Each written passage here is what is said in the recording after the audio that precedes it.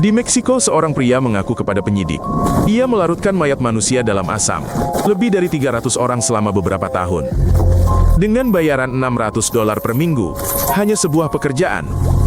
Mayat-mayat itu dimasukkan ke dalam tong logam besar yang diisi dengan larutan kimia kaustik, diletakkan di atas kompor gas, dan dibiarkan hingga pagi hari. Saat fajar, hampir tidak ada yang tersisa dari orang tersebut.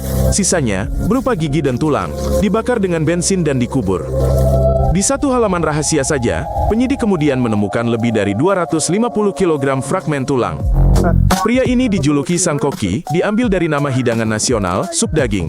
Ia mengklaim tidak membunuh siapapun sendiri. Ia hanya membersihkan kekacauan yang dibuat orang lain. Pengadilan hanya memberinya hukuman 10 tahun. Kartel-kartel menciptakan cara-cara baru untuk menghancurkan bukti lebih cepat daripada yang dapat ditemukan polisi. Ribuan keluarga masih tidak tahu apa yang terjadi pada orang yang mereka cintai.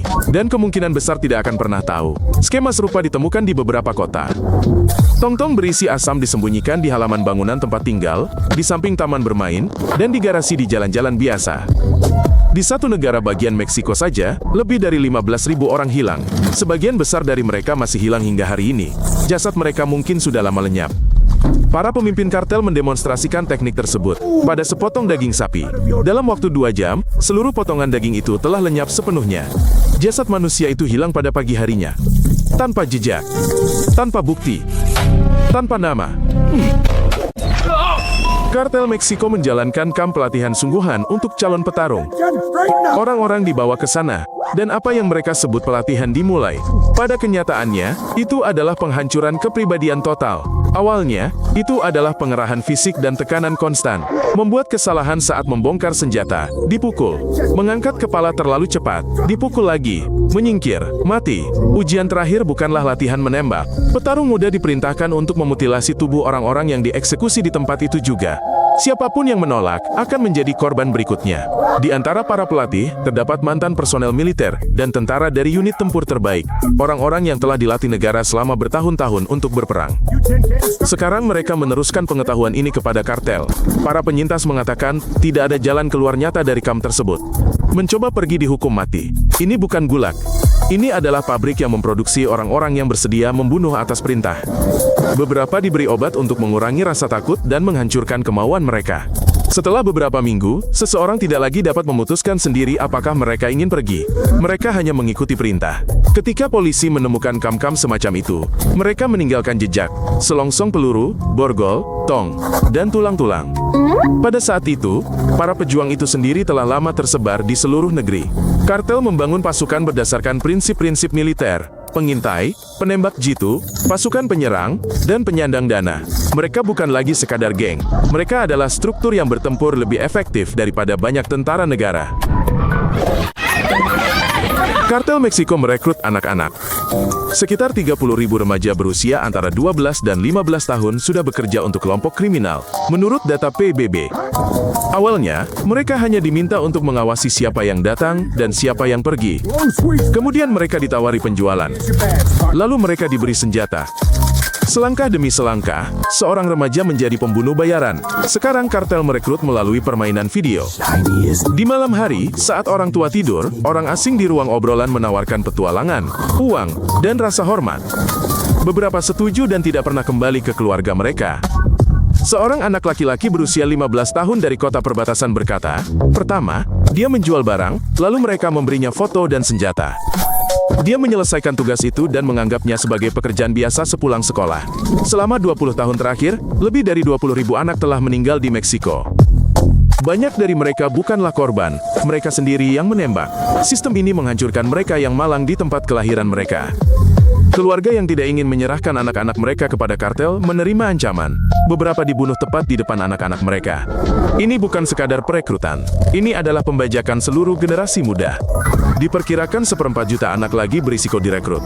Mereka tinggal di lingkungan tempat kartel sudah mengendalikan setiap jalan. Siapapun dari mereka bisa menjadi korban selanjutnya kapan saja. Kartel tidak menyembunyikan upaya perekrutan mereka. Mereka memposting video ajakan secara terbuka. Dalam satu video, seorang pemuda berusia 20 tahun berbicara langsung ke kamera. Saya akan bekerja sebagai tentara bayaran. Secara sukarela. Petik 2. Kartel Meksiko tidak bersembunyi. Mereka merekam eksekusi, menulis keterangan pada mayat, dan memposting semuanya secara publik. Ini bukan kebetulan. Ini adalah pesan yang disengaja. Untuk semua orang, kepala musuh yang terpenggal diposting seperti piala perang. Terkadang dengan pesan kepada pesaing, terkadang dengan nama dan alamat korban. Hanya untuk menunjukkan, kami lolos dari hukuman. Platform kesulitan menghapus konten ini. Kartel menggunakan emoji, bahasa gaul, dan kode rahasia untuk melewati semua filter. Jika satu akun dihapus, 10 akun baru muncul menggantikannya dalam waktu 1 jam. Pada saat yang sama, kartel yang sama mengiklankan kemewahan, rumah mewah, mobil mahal, hewan eksotis sebagai hewan peliharaan. Ini bukan pamer.